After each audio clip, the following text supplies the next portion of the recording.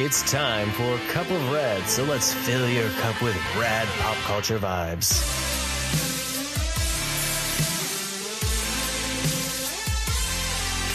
And now your over-caffeinated hosts, Mike and Katie. Hey everybody, it's Mike from Cup of Rad, your host, with always... Hello, I'm back. That's right. Well, I guess not always, because we had a few interview episodes there. Yeah, he left me behind. He's like, you know what? I don't want you around anymore. That's so not true. I went camping with Kiddo, so we had pre-recorded some episodes. Yes, so that... he was being proactive, and I'm just being a brat. Yep. But I am back now. There you go. She is back. So we went camping. Yes. And what did you do? I enjoyed time at home and watched lots of movies, actually. That's right. So I took advantage of that because it's not that he doesn't like watching some of these movies, but you have some of your favorites, and most of them are chick flick ones. So I watched a few different. Well, I have a hard time sometimes watching the same movie over and over. Well, too often. Like I watched Dirty Dancing. I could watch that probably once a month, and I'd still never get tired of it because it just makes my heart happy. Oh wait! Katie loves movies. She does. Look at these. These are the movies I love. Oh wow, that was like an extended little segment Deep intro. Cut. That's fancy. But yeah, I watched La La Land because it's awesome, and movies Katie loves.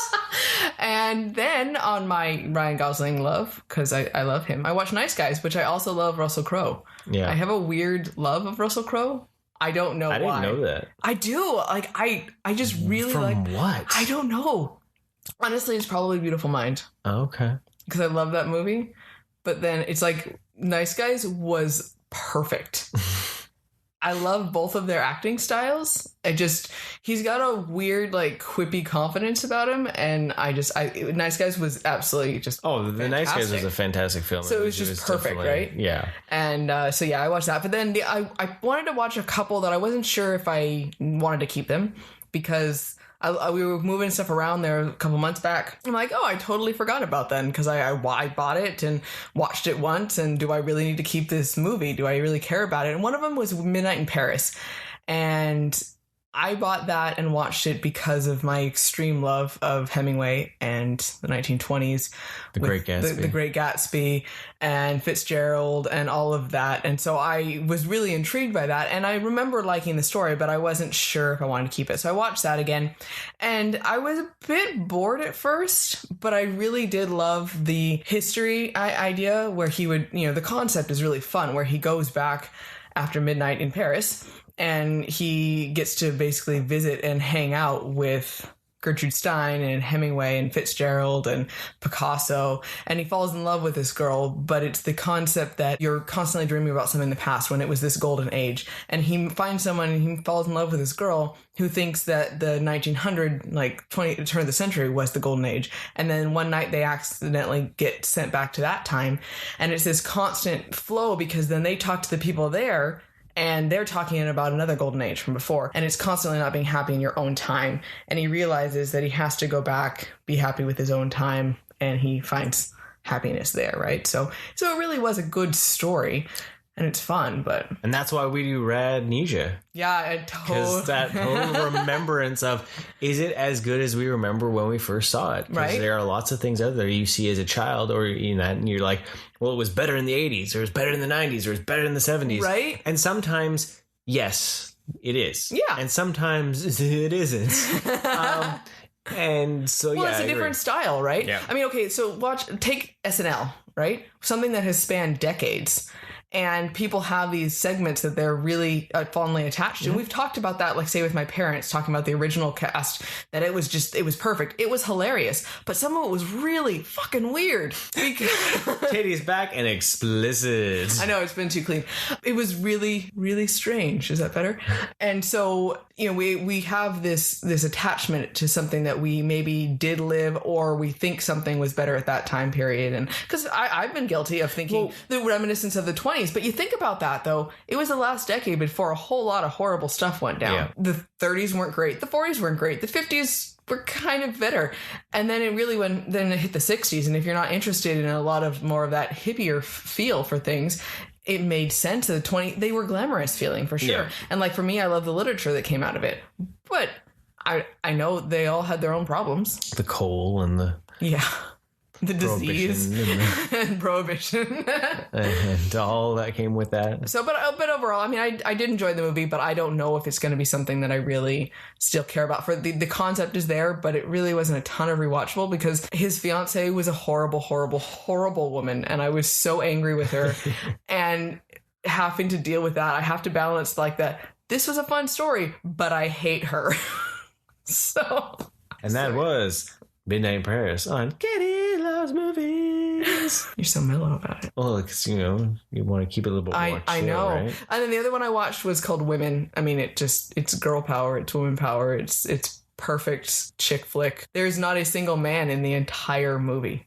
Oh, really? I didn't know. Yeah, that. There's not a single one. It's never. It's a pretty older movie, isn't it? You know what? Honestly, I don't know when it's from. While you talk. Okay. But I think it's a remake of something, I believe.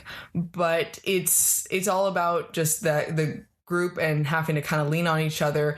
And she finds out that her husband was having an affair, and then it was about her kind of finding herself and realizing that you can't be a good helpful partner or a helpful mother without being your own person as well. And so she kind of finds herself and it comes around. So again, it was one of those ones where I was watching this and I'm like, okay, well, this is kind of who's in it? Meg Ryan.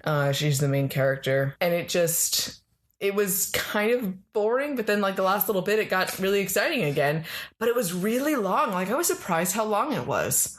So it's interesting, out of all of those ones, like, say for Dirty Dancing, I've seen that thing 5 million times, and I can never complain about it. Like, I can sit there and actually actively watch it over and over again. And the other two were just kind of, they're there. You know, we're good. 2008 with Meg Ryan, Eva Mendes, Annette Bening, Deborah Messing, Jada Pinkett Smith, Bette Midler, and Carrie Fisher, Candice Bergen, Cloris Leachman, and the list goes on. Bette Midler was hilarious. So she's like this, she's been married like 5 times, and they meet at like this retreat where they're trying to get over things, and she's the woman that just does whatever she wants. It's really funny. Oh, it's directed by one of the main writers from Murphy Brown. That would make sense. Yeah, Candice Bergman is Meg Ryan's mom. Oh, okay. But it's got some good messages in there, like for women. It's not the idea that you don't need a man in your life, but just making sure that you're happy for yourself still too, and everything. So, nice. It was a good chick flick. It's not Dirty Dancing. And that was The Women on Katie Loves Movies. So there you go. You get me back, and you get all sorts of chick flick moments. So I apologize. There's no need to apologize. That's the thing. Well, we're in a weird time for ourselves in our life. I just started school, so things are a little weird for us. We were originally hoping the other weekend to go see Once Upon a Time in Hollywood, but it is fairly long, and it was at some weird times, so we weren't able to figure it out. Well, yeah, because every single time we can't take kiddo to a movie, we just have a really hard time not going. And then same with Scary Stories in the Dark, that one there. I want to see that one, but it also wasn't working for this weekend. So, but you can tell what one we're really excited about, because we already have our It 2 tickets purchased and babysitting set up. It Chapter 2. I apologize, but that one is like the moment they came out. I'm on the phone with the babysitter. I'm like, I need to set this up. Tickets need to be purchased. Yep. So those are already happening Thursday night, and I'm very excited. Yeah. What's gonna be wild is that's gonna be 3 hours long, and you're gonna be hell in the morning. Don't you have a quiz the next day? No. I'm on first aid. Oh, okay. Oh, and then the next day's first aid because I got that. Well, you know what? You got to learn how to save people even when you're all strung out. Hopefully, I'm not going to be strung out. What are we doing? But yeah, so you're getting a few older tidbits and all that, which is kind of fun. It's a little bit of everything. Yeah. Well, the main event's coming, but we got a couple other things we're going to talk about. What did we watch just this weekend here? Yeah, well, we did we rewatched, so it's like a mini RADnesia, few months of RADnesia. Mini RADnesia. Detective Pikachu. Yes. You didn't even let me finish my theme songs. Oh, no. Go ahead. Oh, no. Start it again. It's gone. We watched Detective Pikachu. But now there's no theme song. How are we going to continue this? What is happening here? There's always a theme song. Mini RADnesia. There, see? Look at that. So we hit up Detective Pikachu. You feel better now? Yeah, I do Okay. actually. I Okay, feel really good. Yeah, well, kiddo was very excited. We bought that, and it was just like, oh, it has to be watched again. He didn't even give us a chance. He's like, no, I'm not watching any old movies. We're watching this. Yeah, because we were going to try to watch something else for the summer, RADnesia, the part 2. We've got one under our belt for that. Hopefully we'll get a couple more. But yeah, there was no ifs, ands, or buts. We're watching this, which was fine. I when I watched it, I still enjoyed it quite a bit. I still had the gripes before and all that, but it's still something that I could sit there and watch with him and not feel like I need to bludgeon my ears out. So... Well, yeah, I had the same enjoyment and the same complaints that I had really from before. So that was one thing I did find interesting is that I noticed a little bit more of the questionable humor this time. Yes, I did too. Yeah. There was a few moments where I was like, oh crap, they actually did that. I'm not that kind of Pikachu that usually takes people home. Yes. Right? Oh, I can't believe I'm doing this. Yeah. Like, oh my goodness. And then well, we noticed it before, but when he burns the mine, right? Oh, yes. But it was like, yes, it's dark. I like it. That got dark real quick. I like it. Yeah, it reminds me of Mike. So, not at all. Mike. Far from it. Mike there's so much Western Canadian right there. It's the Vancouverite. You all can hear me, right? Pika pika. Yeah. Do I tell you that he's yellow and fuzzy? I don't even know where to go with that one. I'm blushing and verklempt. Oh, yes. I have jaundice. Things got weird, man. Well, things got weird. Gonna get a little weird. It's gonna get a little wild. We also did watch something that we were wanting to see in theaters, but we never got to see because our savior, the library, came into play, and we got The Curse of La Lorna. La Lorna. No, it's and the Swedish Chef came out right there. We should just do an entire episode of Swedish Chef. The Swedish Chef. Yeah. That'd be fantastic. And we shouldn't warn you. No, it'd just be like random.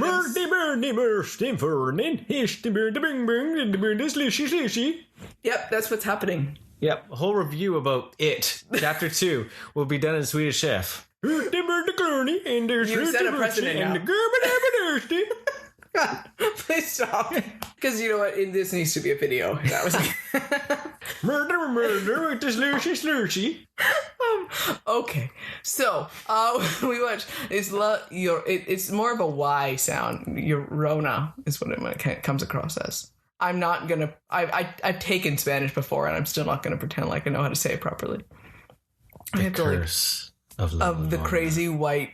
It's the story is the the weeping woman or the woman in white. Yes, that is the concept behind it. Right? It's not specific to that culture. It's something that's been in every culture. Yeah, it's just they've got a really cool name versus just like the weeping woman or the woman in white. Right, and it sounds more scary because awesome. We can't say it, so it's even more scary. Right. But okay, so what did you think of it? I enjoyed the beginning. There was lots of ambiance and there was lots of... I was digging it and there was some spookiness and there was great visuals. I did not handle it well at the beginning. And then it just tanked. Yeah. Like... the ending was no better than a Supernatural episode. Right? Like, because it started out... And I was like Supernatural. I haven't watched a horror movie for a while and I could tell that I was like out of practice. I was just freaking out. And it was unnecessary because there was a lot, but yeah, it was good ambiance. But then when I got to the end, I'm calming down. I'm like, this is really not that really bad at all. And it fell being flat. Tied to the Conjuring universe. Yeah. I was expecting more depth to the story. Yeah, because even the Nun, which has its cornball moments, and even Annabelle, but they still seem a little more spooky. Yeah. This really felt like a Supernatural episode with how easily the end hit. Well, it was like, everyone looks like they're gonna die. It felt like there was gonna be more doom. Yeah, because there was no winds at all, nothing, and then all of a sudden, oh yeah, we stabbed, we're done. Yep. Bingo, bango, boingo, done. Everything's happy. La la la la la la. So what'd you think of the little girl trying to get her doll? No, don't even talk to me about that. That was like one of my most hated scenes. Bitch, please. Exactly. That was the bitch don't touch this moment. Bitch don't touch this. Because, yeah. Why are you doing this? It really bothered me. Yeah. Because it was just... I was mad at the mom. I'm sorry. This morning I was telling our son, I was like, you know what? there's ever a demon trying to get you, you are not leaving my side. I don't care what's going on. If I have to go in that room, so do you. You are never, ever going to be away from me. And these are the conversations we have with our son. Yeah. If a demon's ever coming for you, you're with me. I will hold your hand. It was brought to you by coffee. Coffee and contemplation. Mornings are for coffee and contemplation. Obscure Stranger Things reference so that we can tag that. Yes. Yeah, that's well, you know what? We have some deep conversations over pancakes and coffee. Yeah. You know what? It's Sunday mornings are pancakes in the cup of Rad House. Yeah, and they're this morning was extremely magical. They were like beyond magical. Well, I know we want to stay away from food, but still, we're talking about pancakes. and then we had this blueberry jam from this local place, East Van Jams. Holy moly! It has nutmeg and cinnamon in it, and it was fabulous. It tasted on the pancake. It tasted like It tasted like pie. Pie, yeah, blueberry pie. And I love me some pie. Oh my goodness! It was. I'm just going to sit here and drool for a moment. Anyways, so that was a good start to the day. Yeah. But yeah, we watched that movie last night. So it was there.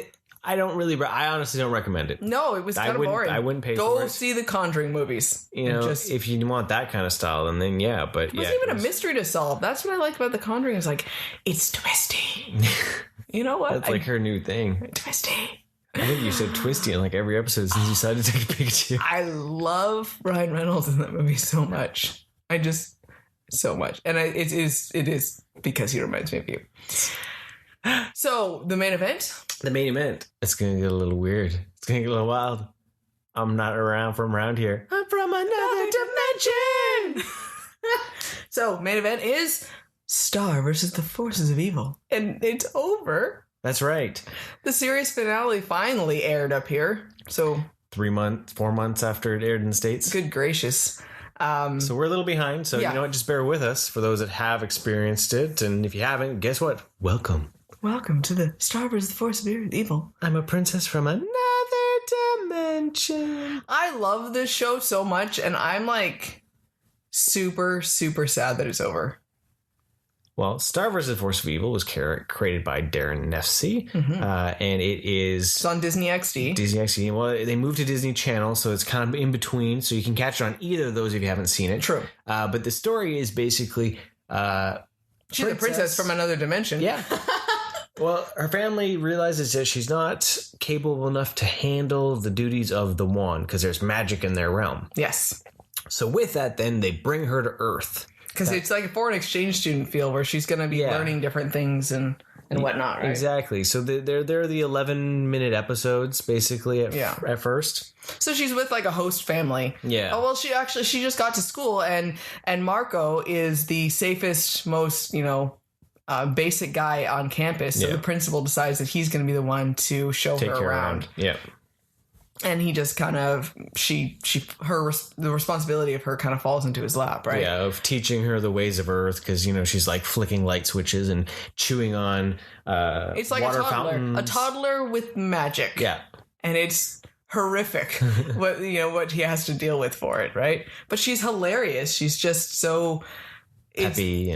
She's super happy and positive, and just it's super silly, right? So with that, then you have the character named Ludo, who's trying to get the wand because he feels if he gets the wand, he'll be able to rule over the planet Muni. Yes, her dimension, right? And it's like the monsters and the mumins, they call them, and they battle. So because the mumins don't like monsters, and monsters don't like humans. So I mean, the first season was more adventures on Earth. Yeah. It was her having to learn that world and do some growing. And they would go to other dimensions and cause havoc. And then the monsters, Ludo would always bring his group of monsters to fight them on Earth. Yeah. So it'd be random battles. And the best part of all of this was her weird random spells. Rainbow, maple syrup, typhoon. Yeah. Narwhal blast and the Warnicorns and Spider with a top hat.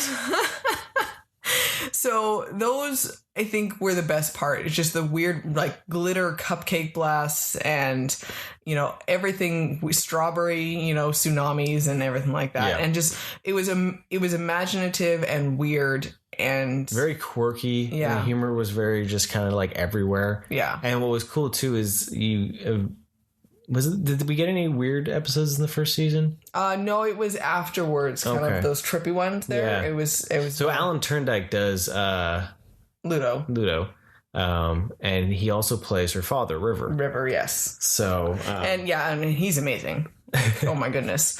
And as it went on, that was one thing that was interesting. As the series went on, Ludo was defeated and completely, just utterly destroyed from within, basically. Floating in between dimensions. Right, and it was very mystical and fancy. And like there was one episode that was just him traveling, contemplating the world with his giant spider and his eagle pets. That he conquered all over a bag of potato chips. Yes. he was wearing the bag of potato chips as his outfit, you know, and he had like this long, like, you know, dreaded beard and everything like this. And, mine. And so as Ludo changed and wasn't the main bad guy, River became even more of a character. It was like the voices, they kind of balanced it out. And River really, to me, by the end, was one of my favorite characters. He really developed and was a really loving father and a really awesome person. He really cared about things. And he was just so weird. I love corn. Corn. And he was just, it's just strange. And it moved, you know, the whole point Michael C. Hall played the villain in the second season. Yes, Toffee, which I just now found. I must have known it at some point, but I completely forgotten that he played Toffee. Toffee is this weird, like, lizard-looking guy that had this mystical vendetta against the butterfly family. Yeah. And so he's the one that takes Ludo down in this fight for power and everything and changes that. And as the series went on, it happened more and more on Muni instead of on Earth. And they were battling more for monster equality, and they were dealing with Eclipsa, which was an evil queen from before that they had crystallized and trying to bring her back. And so there was a lot of social commentary on the idea of, you know, treating a whole group of people differently and not accepting them, right? And, you know, why we have no good reason we aren't giving people a chance or anything like that. And there was a lot of important messages in there. Yeah. The second season, we got a lot more of the stranger ones, like the avant-garde feel, which were really fun to see. We got Inside the Wand. Oh, that one was one of my favorite episodes. We got to see all the, like, what happens inside the wand. It was like this giant condo of all of these creatures that live in there, and they all have to get called up whenever she calls, and they're actually like living beings that go out of her wand and then have to come back in. Yeah, and then they come back, they're all beaten to heck. Right, and so I thought that was really interesting. Yeah, so. And then when Toffee loses, but he also destroys the wand. Yes. But then the wand is split. So season 3 dealt with the wand being split. Yes. Halfway through and then it kind of all came together. And that's when Ludo got the wand. You start learning about like the magical dimension itself. Yeah, Glossaric. And Glossaric is the kind of the magical being that runs everything for magic. I think he's kind of like the father of all the magical beings, because I have a journal that is it's basically a reprint feel of the journal that the princesses get in the that show, kind of like have a history within a replica of it. And so it's fun because it's extra little tidbits of things, so you learn more about, because you have this magical high commission and all these weird characters, but Glossaric is their father, and so he's kind of like the father of magic. Well, right? We showed in this last season, though, when they went back in time, that he had created the humans and they gave him the wand. That is true. Right? Yes. They showed up and he was like, "Oh, here, you know, by the way, here's the wand." Yeah. Right. Yeah. So and it's interesting because you know that was one thing when it came down to it, that you never really got more answers about him. No, I was wondering if he was going to turn out to be the big bad guy at the end of it. Well, because for a while there, it was looking like he was an architect for the conflict that was actually happening between things. And that was a weird idea. Like you never got an answer from him about it. It was still just left in the dark of a theory.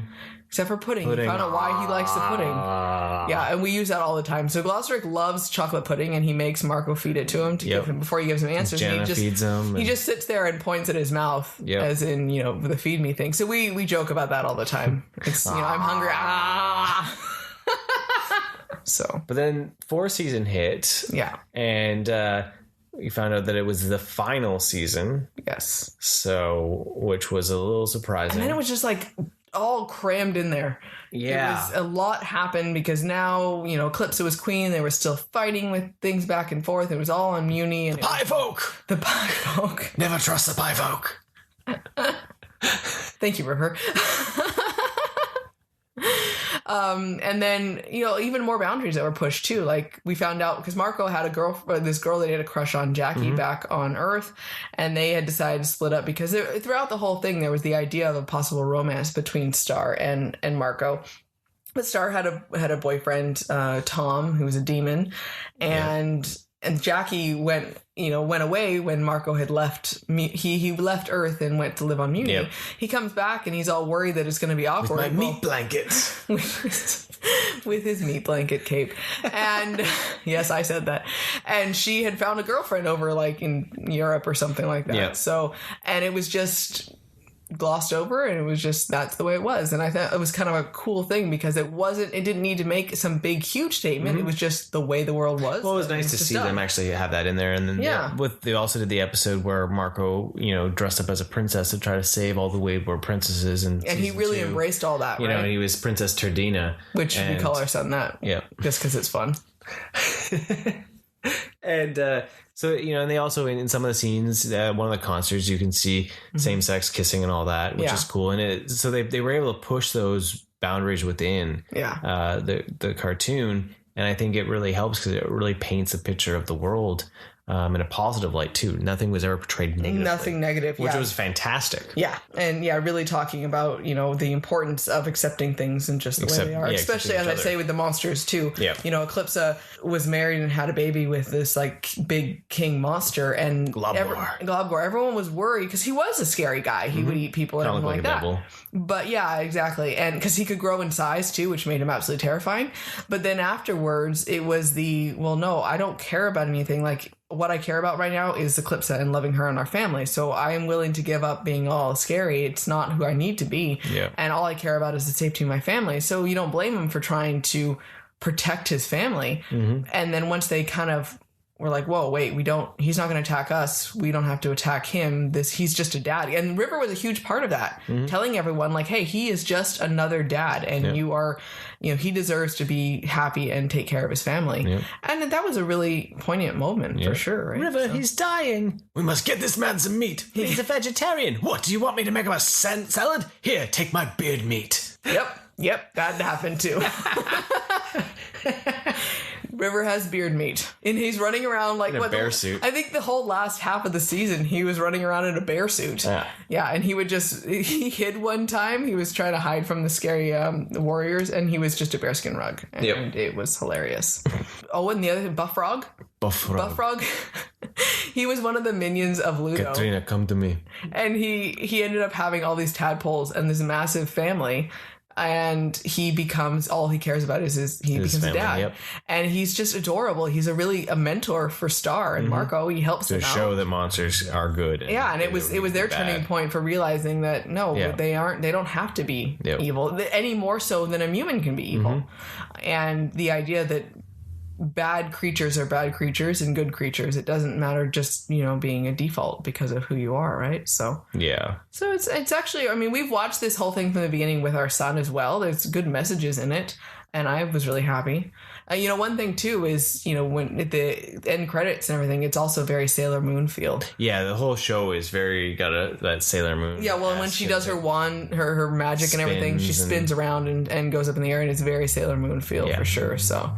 But the finale, we finally got to watch the finale. It was a little sad that it was coming down each episode, because they still kept. What was kind of weird was like they went to like the half an hour format, and then they went back to the 15-minute format. But sometimes the episodes just rolled into each other. So like they were two 15-minute episodes, but they were all one. It was weird. So yeah, we finally got the finale there, and it all came down to the fact that Eclipsa. Okay, spoilers. Definitely go watch it though. Either way, I'm gonna recommend it. Definitely recommend it because if you like cartoons, you need to find Star versus Forces Evil because it is a fantastic cartoon. It goes from just being goofball to really having a good message throughout it, and it's a great 4-season story. And you said it was, what, 77 episodes? Yeah. But you find out that Eclipsa is not bad.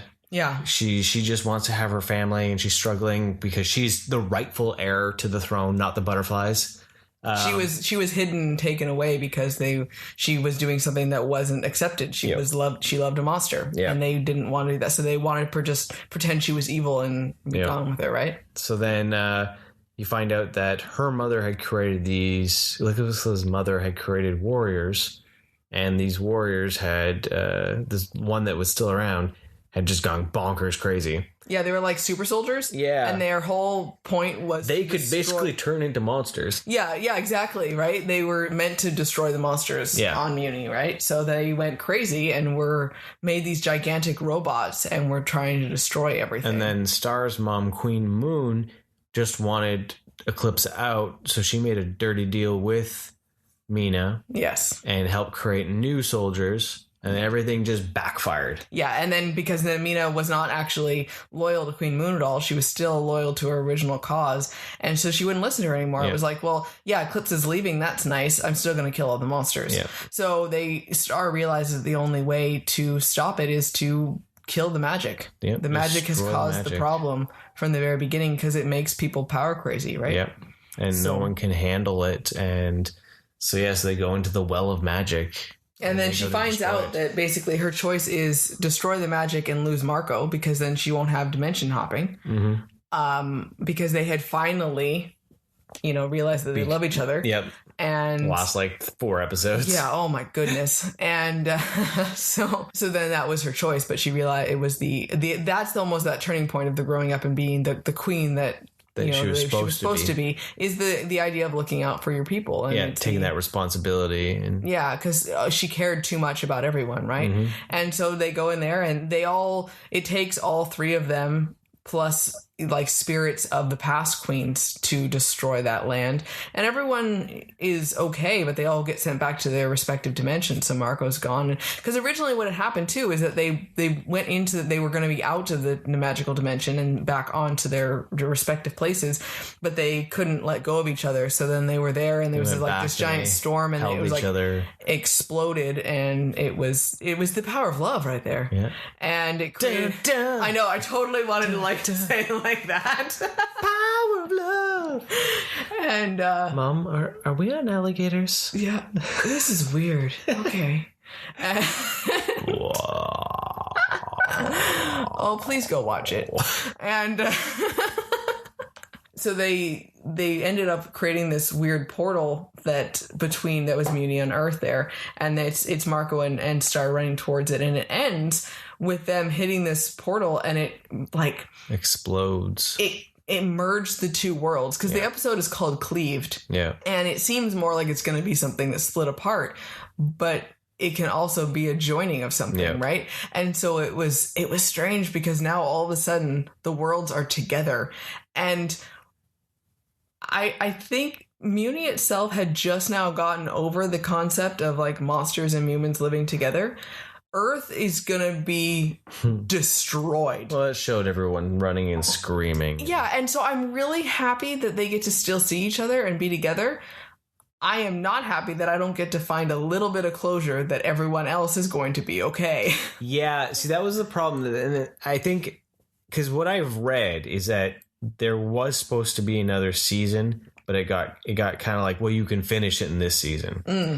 Because we need you to wrap it up. Yeah, so it seemed very condensed. It seemed very condensed and very rushed, and there wasn't a lot of closure. Yes.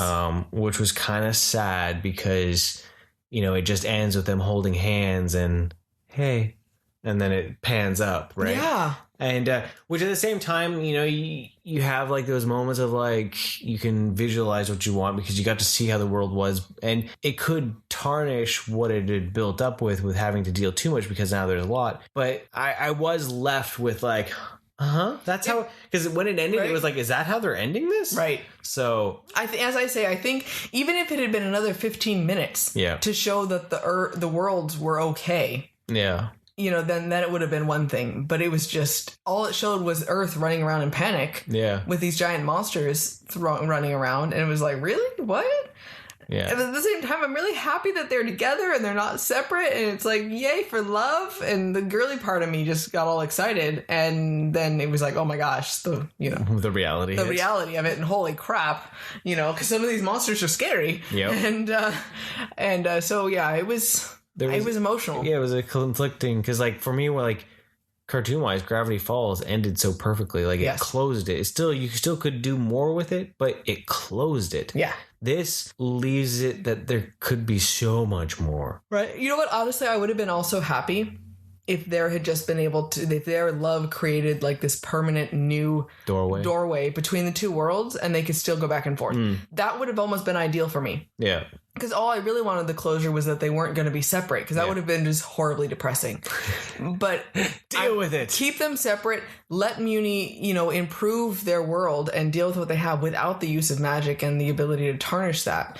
Because none of it was focused on the concept of Earth improving itself or doing anything at all. It was all based back on Muni. So just have it create this magical doorway, and it's that the magic power of love feel again, and just be done with that. And I would have been happier with that. Power of love. We are super singy today. Singy. Is that a word? Musical. That's today. Yeah. Yeah. La la la la. But even though this for us the finale was a little lackluster, I still recommend the show 100%. And I'm still really happy they got to at least finish it, though. It wasn't because can you imagine the horror if it just got canceled and just been done? Yeah.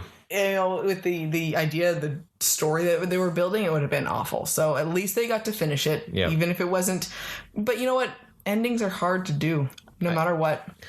So I don't. There is very few. So I'm not railing on it by any means. There are very few series finales that I think are 100% satisfying. And I think Gravity Falls was like this weird anomaly because it was really satisfying. Because honestly, the story allowed for it because it was them being away and now they were going back home, and it was a perfect way to segue into that ending, right? So who knows? Maybe we'll get more. I've read rumblings that there could be specials or things like that in the future.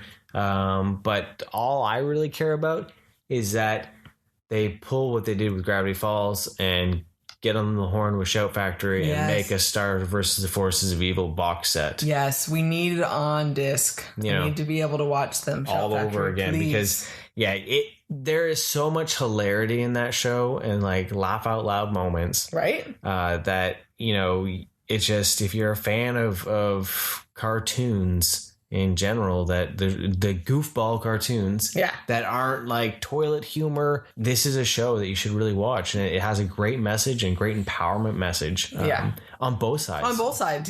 Because Marco has a lot of growth. I mean, he is a huge different person by the end. He found his confidence and in the other world he goes up to this other dimension and he ages. He gets stuck there. He has abs. Because over there, he's like, 30 now. And he's super buff because he's like the hero of the world. Yeah. So whenever he pops over that dimension, all of a sudden he's old. He's that version of himself. And he's just... Time works different here. He's just the super sexy Marco. And she just starts drooling over him and it's hilarious. And then he comes back and he's just regular, teenage Marco. But it's all about him finding his confidence as well. And being able to stand up and express himself and everything, right? So it's empowering for everyone. Yeah, it's a really good... one thing that I'm excited about is I think Disney really is missing their mark when it comes to their merchandising machine. And which is funny because it's always been like, well, Disney's the merchandising machine, everything's blah blah blah blah. It's like, well, but they're missing their cartoons, their TV station. Yeah. Star could have had so much more merch. I would have bought all of it. They brought out 4 pops. Yeah. Japan got the most. Yeah. Because it was really big over there. Yeah. You could buy calculators, I think. Again, because of the Sailor Moon field. Yeah. So they got the most stuff, but it never made its way over here. They had T-shirts. They had... like you and me, we each have a T-shirt from it.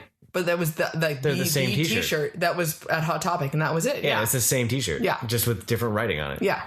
So it's like they how awesome would it have been if they had got with Her Universe at Hot Topic and made stars dresses, right? And so or the purses, and all that sort of stuff. Some companies anything Ludo as well too. Like you didn't have anything like that, and it seems like they did the same thing with Gravity Falls. They waited till it was over, then that's when they started bringing T-shirts out. Yeah, and they started bringing the pops out. So in a couple of years, maybe we'll see some more merch suddenly, just randomly happen. Hopefully, when Shout Factory brings out disc. That's what we hope. But even DuckTales, they brought it a little bit, but they brought it out so minuscule, right? Yeah. And I really think that's one of the problems is that Disney isn't really looking to boost these properties, even though that they're so pivotal on their shows. You turn on XD and you're usually marathoning. It's Star Wars or Rebels? Rebels, Star, or Gravity Falls. Yeah. That's like what they marathon. So where is all the merch for that? Yeah. So I really hope that Disney can turn around and look and see that some of their original IPs are money makers. Yeah.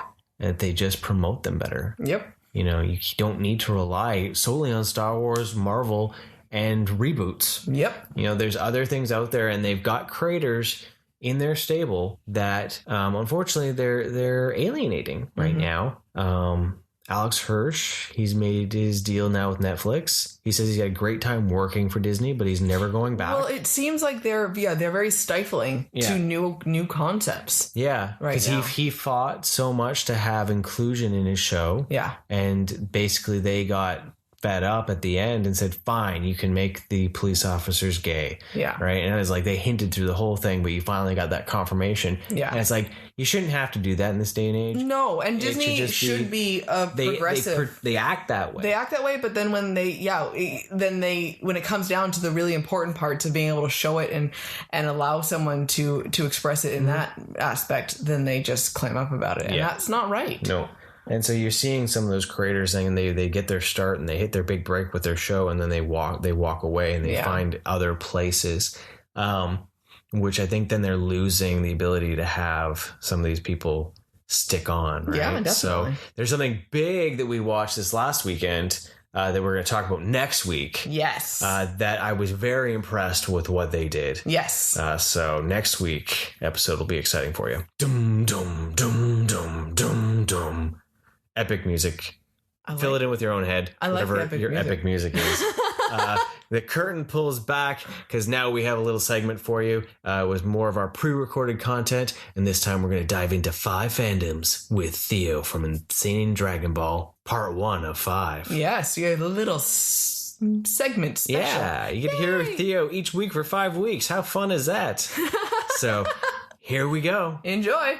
And here we are, we're dipping into the phones, and who do we got on the lines right now? It's me, Theo, from Insayiandragonball. That's right, our buddy Theo is back, and we have grabbed him on the phones because we're going to do a little something today. How you doing, buddy? I'm doing great, Mike. I'm doing great. Thanks for having me back. I've been looking forward to this. Looking forward to it for a while. How have you been? I'm doing pretty good. Cold's gone, which is fantastic. My cup's full of a coffee-esque tea, which is pretty awesome. So I'll be enjoying that while I get the inside scoop on you. The inside scoop on me. Very interesting. Yes, today we're going to get inside of you. Oh, well, yes. I give you permission to be inside. I'm glad that you were able to give me permission because I wouldn't want to, go without consent today. So, yeah. He says it at the start of every one, and then they're always shocked and surprised. They're like, what? That's our buddy, Michael Rosenbaum. Right? He's got his own podcast. Michael Rosenbaum does the Inside of You podcast, and with some really great stories on there. Definitely check out for sure. So, we are going to dip into 5 of your fandoms, but to make it even more harder, we're going to not just talk about the 5 fandoms. We're going to have you pick 5 characters from those fandoms. So 5 and 5. 5 and 5. Yeah. All right, let's do it. Give me something. Well, from our conversations and everything, I'm pretty sure that one of your big fandoms is the CW show. Well, it was Warner Brothers back then, but Smallville. Yeah, big fan since I was a kid, man. Grew up watching it. You're a fan too, though, right? I am a fan. It was a very enjoyable show for me and for Katie when it was coming out. That whole young Superman growing up and dealing and learning his powers. I thought it was very the no time and no flights rule. Yeah, right. You know, we watched through all those seasons and we even own them still. So it was a good show. Yeah, well, I own them all too, and I had them all on DVD up until about season 7, where I finished DVD, and that's when Blu-ray came out. So I have 8, 9, and 10 on Blu-ray. That's pretty dope. Nice. So, well, I'll talk a little bit about it if you like. Sure. So when I was 14, Smallville made it to our screens here in Australia, though we were a couple of seasons behind. But I was never a Superman fan before I watched the show, but I didn't even know much about his origin or powers. So this is how I learned about Superman, you know. The show is amazing. It's got great storyline, continuity, with a fantastic acting cast, and they all did very well in those roles. Even though most of them haven't done much since, but, you know, as Michael Rosenbaum says, it's like, I'm happy. You know, this is what I like to do. It's good shit. Speaking of Michael Rosenbaum, so you want to know about my favorite character from Smallville. So yeah. Lex Luthor is my favorite out of every character in Smallville. Not Clark Kent, Lex Luthor. Interesting. So what about Michael Rosenbaum's performance as Luthor made him your favorite character? Well, see, I always admired his drive and his tenacity. You know, he's very direct and confident, super intelligent, and he also appears very worldly with his knowledge, you know. And he really does embody the saying, knowledge is power. Yeah. If you can agree. Oh, yeah. But Michael Rosenbaum, he really brought, you know, the character of Lex to new heights. He was very deep and complex. We all know that Lex had to end up being evil and wanted to rule the world and destroy Superman. But at the same time, there was like a little small good side to him. Like, what Lex are we going to see this week? You know, the Lex that will help Clark, or the Lex that will try and sabotage, expose him, catch him out? Yeah, that really brought a lot to the character for sure. On my end, I'm going to chime in here, but Rosenbaum's Lex Luthor, for me, was one of my favorite incarnations of Lex on the screen. It really, to me, was what I remember growing up with the cartoon back in the Superman animated days, and then even from the comics when I started reading. So that was one of my favorite characters through that show. Really sad when he ended up disappearing from the series, right? Yeah, absolutely. It was like, you know, the missing link to all of it. You know, and we were wondering if he'd ever come back, or how is he going to come back. Like, there were rumors that he was, you know, cast for the final episode, which happened, you know. So it was all very well in the last episode. They really had to wrap it up really quickly, I felt. Yeah. You know? Yeah. Like, covers. Now come to think of it, I think it was like a 2-hour episode. Yeah, I believe they had the big finale feel where it was the double episode length. Yeah, where they got everyone back, and then they paid homage, and then they had Jonathan Kent, you know, what's his name? John Schneider, yeah. Bo Duke, you know, give Clark his suit and say, never forget about Smallville. Yeah. That was pretty cool. He really did the character justice. You know, he always compares himself to Gene Hackman. They always joke about it in the podcast. You know, he's probably the first real screen incarnation of Lex Luthor. But I didn't really mind Kevin Spacey's performance in 2005's Superman Returns. That was cool. Yeah. Yeah, see? But, Kevin Spacey. Yeah, I still... I just love that businessman persona that he was building up towards, right? Because that was something that was in the animated series where Clancy Brown played him. And it was that whole smart businessman that knew his science and was building up to something. And Rosenbaum's performance just felt right, you know, compared to what we've seen on the big screen, even for Gene Hackman wise. Gene Hackman wise is definitely the old 50s, like eccentric, you know, scheming one. Yeah, with the twisted smile and the yeah, he just needed the mustache to twizzle, and he was like, you know, straight out of a Rocky and Bullwinkle cartoon. But that's really funny. But Rosenbaum, he just oozed cool when he was Lex, and I think that was something that was really fantastic to see. I was always sad that they never actually tried to spin off and make them the movie cast. That would have been fantastic to see, giving them the budget of a film and just gone full-blown Superman mode. I wish they did like have the cast actually of Smallville do like Superman Returns instead of like Brandon Routh. It would have been cool to see, you know, Tom Welling on the big screen in the full gear. Like, it would have been really cool. Yeah, really cool. I will say that growing up as a teenager while watching, you know, Rosenbaum, Lex Luthor on Smallville, you know, I'd say it shaped who I am and who I grew into.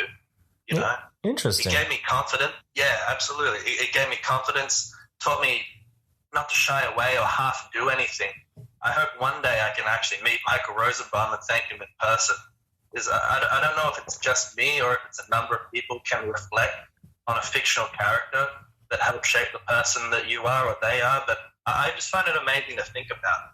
You know, like I can chalk it down to a few characters, which I'm also going to talk about, that really shaped and, you know, make who I am. What we learn from them and, you know, just the way they talk, their mannerisms, like what they can inspire you to do with your life. It is pretty cool. Yeah, I think, you know, you can really find things in fictional characters that either are yourself or something you strive to be. And I think that can help you learn ways to cope and deal, you know, with situations and scenarios, and even learn from it and think of, well, what would so-and-so do, right? And especially when you do like a character, you really can get that drive from it and be like, well, they wouldn't give up, right? Because we usually aren't going to like the character that's super mopey or you know that you're just like, well, I'm just going to be a couch potato, like, you know. Yeah. It's usually a character that you look at and you're like, no, I want to be like that person so that I can strive to do better. Yeah, and I think that's a very powerful thing. If an actor can embody a character that can, you know, inspire you to do better, that is really cool. Exactly. So you're going to shave your head and get the suit and just look all menacing? And maybe like one black glove on my right arm, you know? Actually, when I was like in school and I really liked Lex, I was talking to people on the bus. We'd watch it Thursday night, talk about it on the bus Friday morning on the way to school. Like, I really love the character of Lex, man. He's so cool, you know. Maybe I should shave my head. They're like, yeah, I think you'd look good with a shaved head. Maybe I'll do it on the school holidays, so if it looks shit, I'm like, you know, it doesn't matter. But I never got around to doing it. That's funny. That's fantastic. What about you? Like, would you say that Lex is your favorite character out of Smallville? Yeah, you know, I think that was when Lex did leave. I think that's when I stopped caring as much about the show. So, yeah, you know, I kind of did fluctuate a bit. Because it got a little more weird. It got a little more grandioso. But Lex was my favorite character because he was the most layered. Clark was a very close second, but there was a lot of times where Lex didn't piss me off as much as Clark did, right?